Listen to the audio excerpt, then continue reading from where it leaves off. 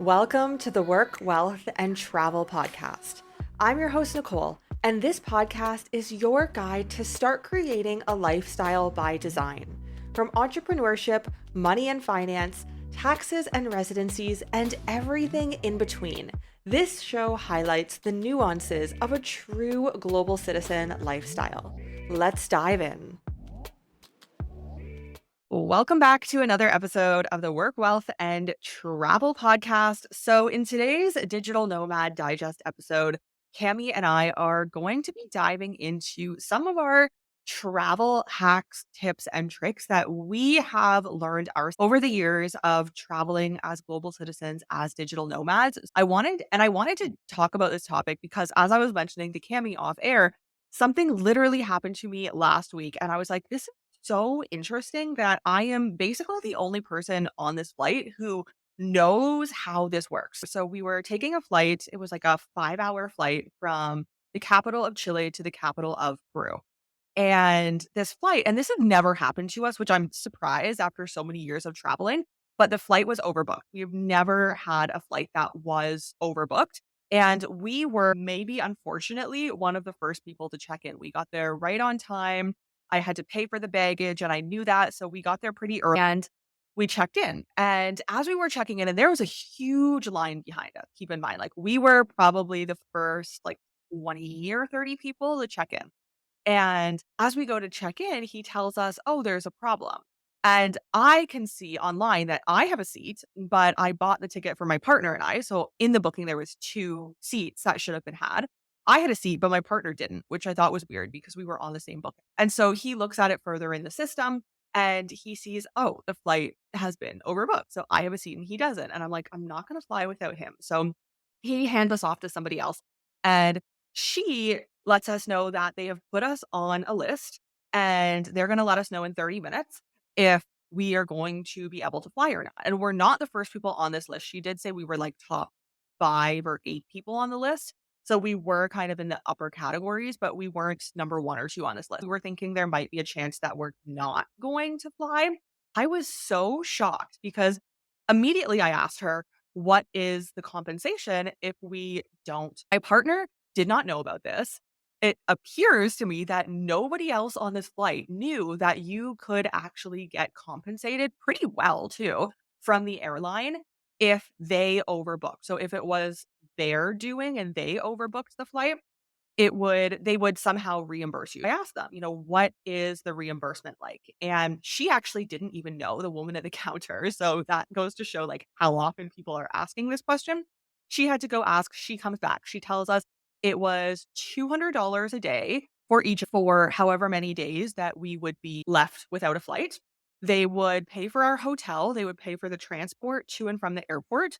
And they would also pay to book the flight to Peru in a few days' time, whenever the next flight with availability was. And so to me, I thought that's a pretty good deal. We had friends in Santiago. It was Saturday night. They were going to be going out that night. We had no reason to be in Peru that exact day or the next day or the following day. We didn't need to be there for a specific reason. And so we started thinking, why not do that? We'll be in a hotel. We'll get paid by the day. We can go see our friends tonight. We can stay a few more days in Chile. And it was looking like a pretty appealing option, quite honestly. But it was so interesting to me that nobody else, it appeared to me at least, nobody else knew that airlines would compensate you. I mean, of course, the woman who was working at the counter didn't even know what the compensation was. And so we were hearing the people as we're waiting in line to hear if we're going to be on the flight or not. We were listening to the people who were in front of us, and they were all so angry, so angry. And they started, of course, in Spanish, but they started getting really mad that they couldn't get on the flight. They were like, I paid for this flight. I know what you're doing. It was really funny, the way that they were just trying to get on this flight. Whereas my partner and I are just kind of sitting back like, hey, you can have our seats if you need them. We have no reason to be in Peru right now. And so it was really interesting to me just to see the difference of course, all airlines offer some sort of compensation if they have overbooked it. But I think a lot of people who are Canadian, American, Western, they know about this, especially in the last few years. It's become, we see it in media outlets and on social media. We know that this is a thing, but a lot of people in a lot of countries still don't know that this is a possibility. Again, if it's the airline's fault, if they are the ones who overbooked the flight. So I found that really interesting and a really good hack that you may know, but I want to reiterate that because it was really shocking to me that my partner didn't know. And we've been traveling the world full time for almost 3 years now. Nobody else on this flight knew. And instead, they were getting angry at the agent who really had no control and wasn't the person that overbooked the flight. So I found that that was really interesting. Unfortunately, there ended up being room on the plane. And, I guess that's why they overbooked the flights because the 2 seats beside me were both empty.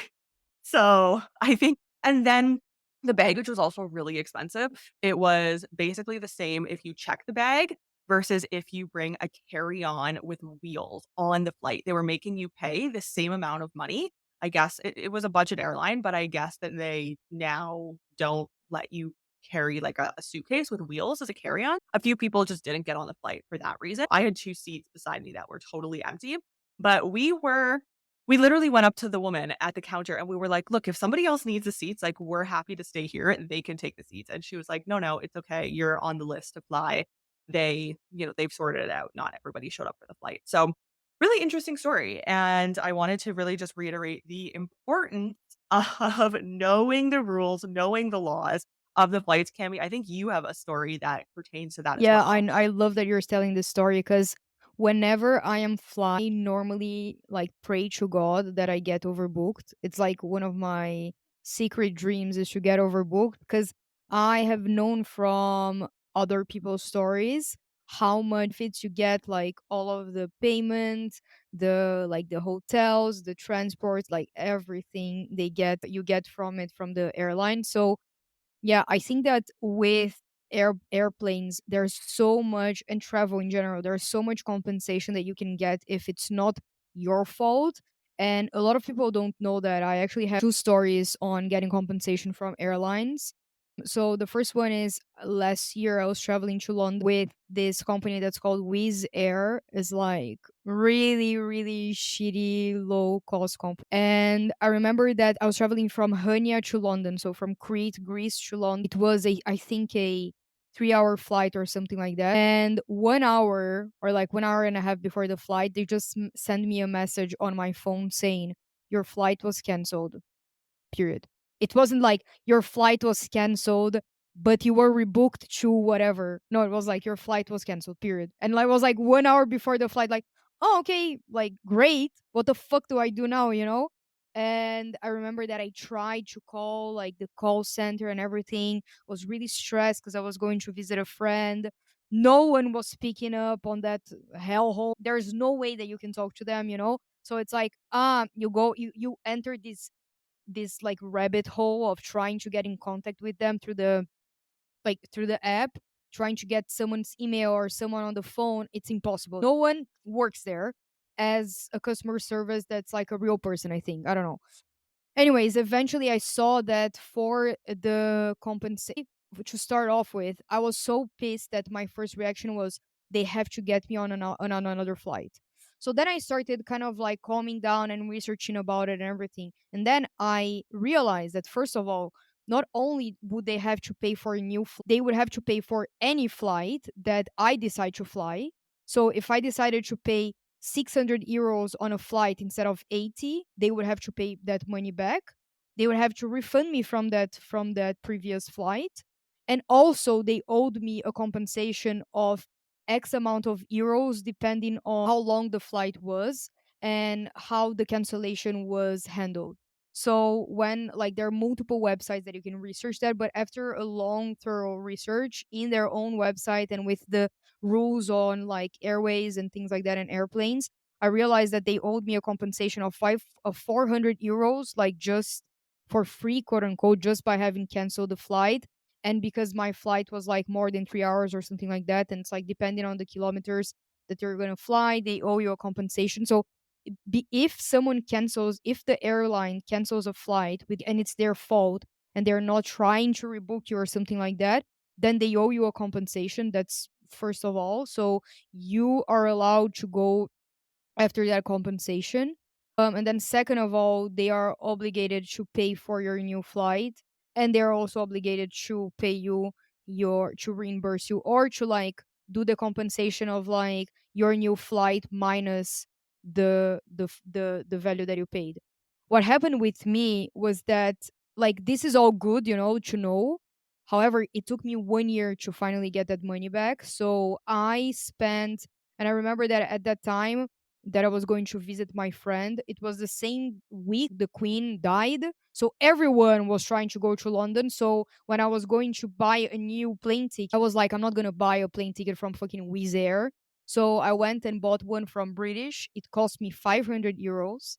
I paid and I was like, I'm gonna get this money back. I paid this money in September of 2022. It took 1 year. Literally, I just received the money in August 2023.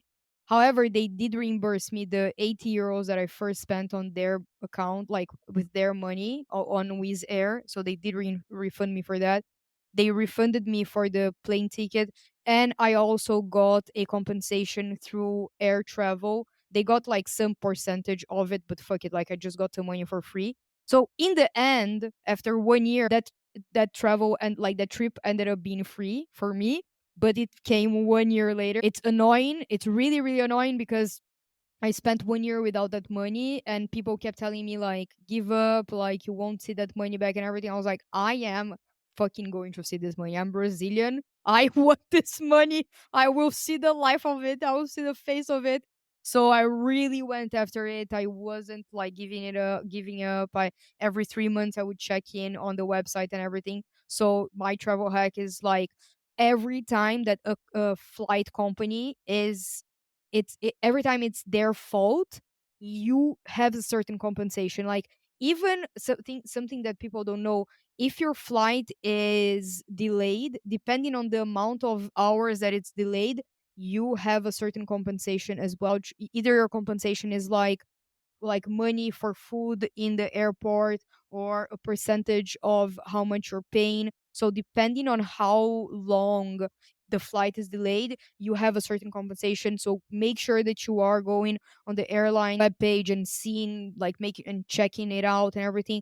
Like when I was coming back from the south of France, the train was delayed. We got 25% off on the ticket that we spent because the train was delayed. Every time that's like a transportation and it's their fault or something like that, you normally have a compensation. The problem is that people they sleep on it and they're not like really aware of it. And so if you don't ask, you won't get it because they also know that they use that. So you have like they didn't offer me, they didn't tell me like you have a compensation of 400 euros. Like no one told me that. I had to like go and look for it in the small letters of the website of like someone's like really random website of the rules of airplanes, and then I found out that I had this compensation. That brings up a really a point that I forgot out of that last story I shared. That's really crucial. And I mean, that story is so crazy of yours. I'm so happy that you got the money back.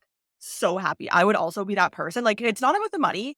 It's about the principle after, 1, 2, 3 months of like, I am that person. My partner is not. He's like, the money's gone, it's lost. I'm like, no, no, it's the principle. Fuck Like, no, that's it's just how about I the am as a money. person. But yeah, 100%. Give me my money back. I'm just like, I don't want them to keep that money, like, it's money, yeah, but they are not having it is more important to me than I have it. But anyways, so one thing I left out of the last story the first story I shared, was that we realized as we're waiting in line and people are fighting and getting really angry with the agent who has no control over anything, quite honestly, we realized that they can't say anything about the compensation because they didn't offer it to us. I had to say, "What's the compensation?" They weren't offering it to anybody. They were being yelled at, they were nodding, they were, like it was almost kind of like a half smile as they're being yelled at because they have no control over this. Like yelling at just a ticket agent who's supposed to check your bags in is not going to solve anything. They have no power over anything. And so we realized they're not offering this deal to anybody. You have to actually know about it. And nobody knew about it except, quite honestly, I think I was the only person who knew about it on that. There's another thing that happens on flights as well that I think that people, not all people know. And whenever I talk to my friends that like were flying and this happened to them, They were like, "Oh wow, I didn't know that." And I was like, "Yeah." So when you are flying with a company and they break your bag, it's if you see it before you exit the airport, like before you exit, not even the airport, like the baggage claim, if you see it before, they are obligated to either one refund you the full amount of what you paid, even if you don't know it, like find it on the internet. You don't even have to have the slip, like the payment slip. One time I even said like it was 80 euros. It wasn't even 80 euros. And they paid me like 80 euros. They were like, okay, 80 euros, Or if it's like a Samsonite or something like that, you find it on the internet, you say, look, this is my bag. This how much you owe me. They have to pay it. So they have to reimburse you for the entire full amount of the bag, or second, they have to give you a new bag. So sometimes they will give you a new bag on the airport on the spot, and sometimes the bag that they will give you is even better. So you can even choose, I think, at some point, like, no, I don't want this bag, I want a refund instead of the bag or something like that. They just have to give you a solution. They are obligated to do that. What happens a lot is that either people, they again sleep on this and they check their bags only when they get to their hotels or their house, and then they can't ask for the refund anymore, because then yes, they are correct in the sense that maybe you are breaking it like on the way from the airport to your house or something like that. So you have to say it while you are still in the baggage claim area, but then they are obligated to do that. Like I've gotten refunds from that, my partner has gotten refunds from that, from that. It's really, they don't even question you a lot for that. They just blindly like accept that they did something wrong. Even if you broke your bag before and it shows up broken there, you can still get your refunds. Yes, so that's really interesting. I've actually had a bag broken in an airport before. I think it was in Mexico, and, like, the wheel was, like, completely taken off, and it was a cheap one, so I didn't really care. Now my bag is, like, $1,000, so I would be pissed, and I do have the receipt, but I'm curious, like, how would they know that it wasn't broken before? Normally Like, they unless you don't have a say photo. that. So like there are some people that even if it was broken before, I'll dispatch it. I think that if it's really broken, then they probably do put a warning or something like while you are checking it, where you are checking it in. But if it's not like super clearly, like it will just break more. It was their fault in some way. I have never experienced coming up with these complaints, and like my partner has complained about this because there was a period that he was traveling. Every time he traveled, his bag would break. It was like different bags. Every time he traveled, like a bag would break. He was like going through this curse of breaking bags. Every time that he would complain, they would get either he would get a new bag or he would get reimbursed. So this has never not worked. I think that it's so much like within their policy.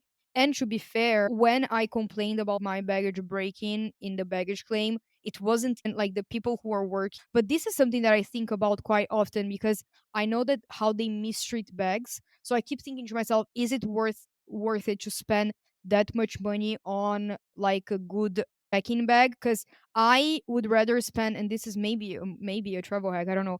I think to myself that I'd rather spend a lot of money in a carry-on bag. Just a side note, there is this bag company that I'm obsessed with that's called BEIS. They're so Yeah, beautiful. zoom in on them. They're like quite expensive, and I really wanted to buy like their like trio. So I wanted to get like the check-in bag, the carry-on bag, and I wanted to get this thing that they call the weekender.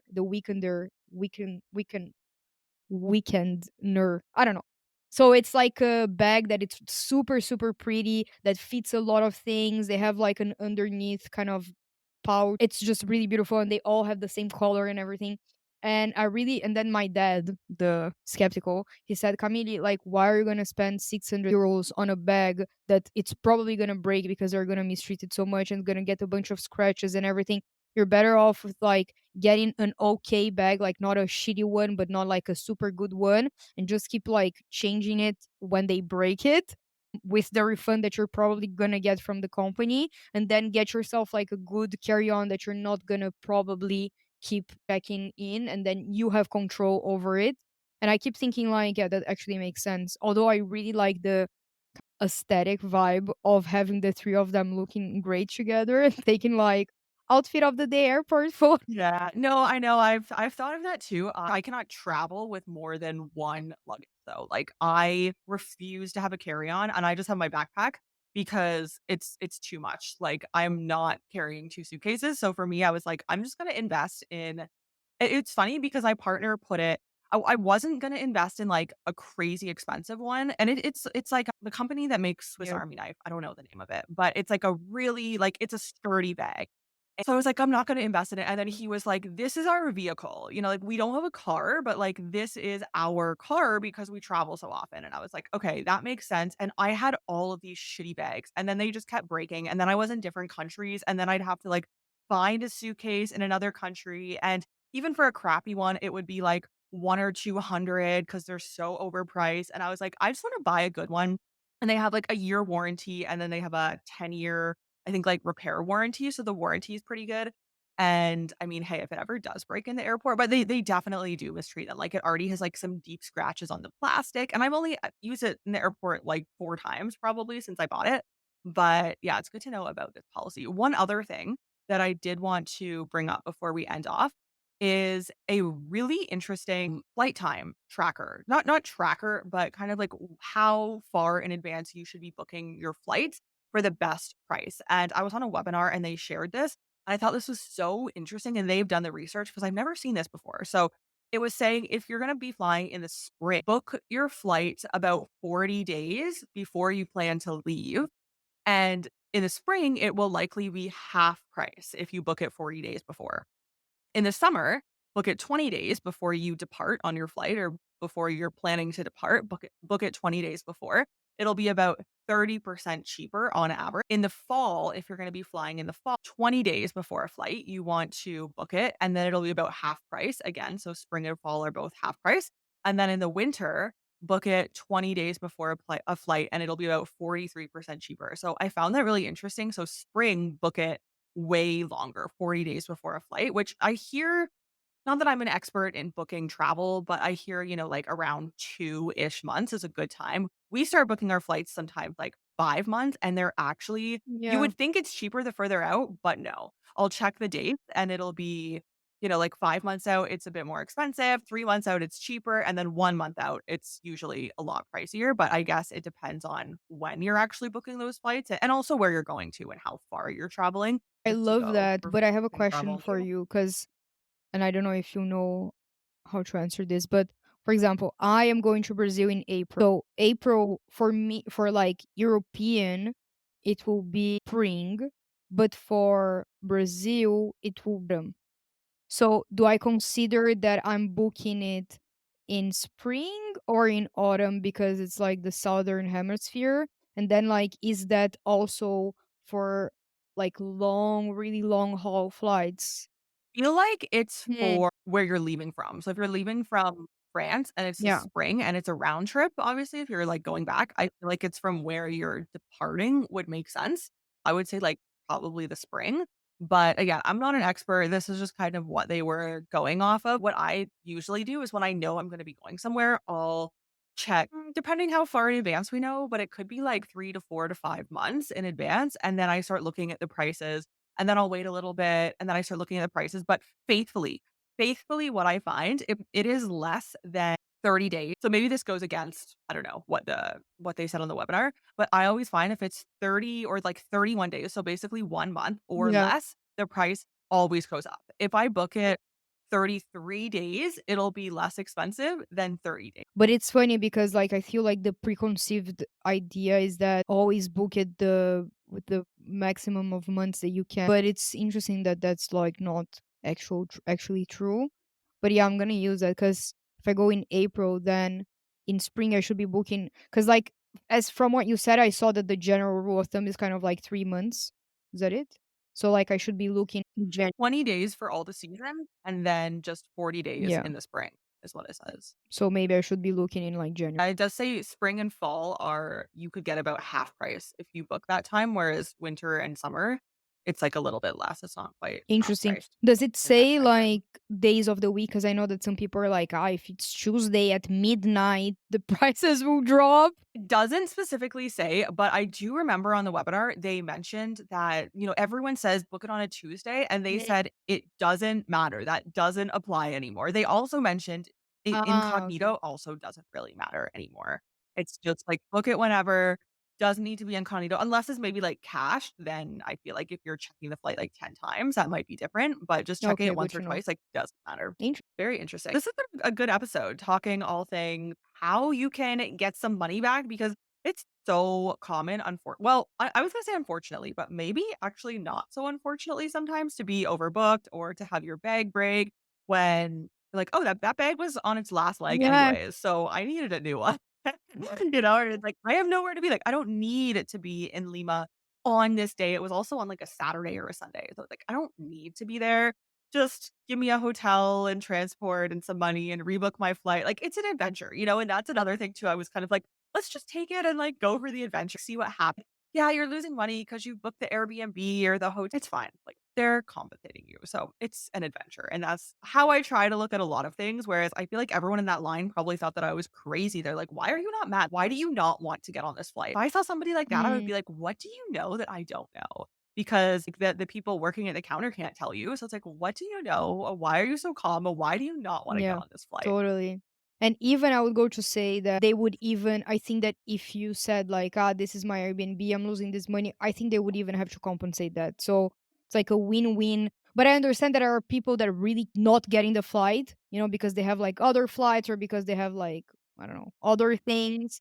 Yeah, or whatever. But It's a work. yeah, I Yeah. think that there's always, I don't know, this is something that I've been starting to figure out a little bit more about money. We were talking about credit cards before, and we're going to have a deeper conversation about this, I feel like, but at some point. But the more aware you are and the more informed you are, the less money you're going to miss out on, and the more rewards and perks you're going to have. Let's all be really smart and knowledgeable and informed. Think that's such a fun topic of like credit cards, money, especially living such an international lifestyle. I literally just made a reel today, or I made it yesterday. I posted it today about the countries where you can still, I don't know for how much longer, open bank accounts as a non-resident because like money, everything finance has become so much more restricted. I'm even in some like not masterminds, but some different communities and whatnot that are paid where people are talking about every day about how difficult it is for not only for personal, but also for their business, which are usually located in pretty tax advantageous places. Even still, they cannot open business accounts now. Well, they can, but they need so much more documentation that as a non citizen, you don't necessarily have. There are ways to get around it. But it's so interesting all the regulations that are coming out. So I posted a reel just talking about the few countries that are not all of them, but a few of them that you can still open a bank account where you don't need to be a resident, and it's pretty low requirement, like pretty low amount, or monthly transaction fees for the account, if any at all. So it's really interesting, and I just encourage everybody get in whatever system you can now because it probably won't last for much longer. But that's a topic for another day. So, Kemi, thanks for joining me here. It's always fun to record with you and to chat all things travel and global citizen lifestyle. And thank you for joining in for another episode. This has been our Digital Nomad Digest segment of the show with Cami and I, which is out every single Friday. We will see you in our next episode, which is out on Monday. And Cami and I will see you back here next Friday. You've just listened to the Work, Wealth, and Travel podcast. If anything from this episode resonated with you, I would appreciate if you share this podcast on your socials. And of course, be sure to tag me.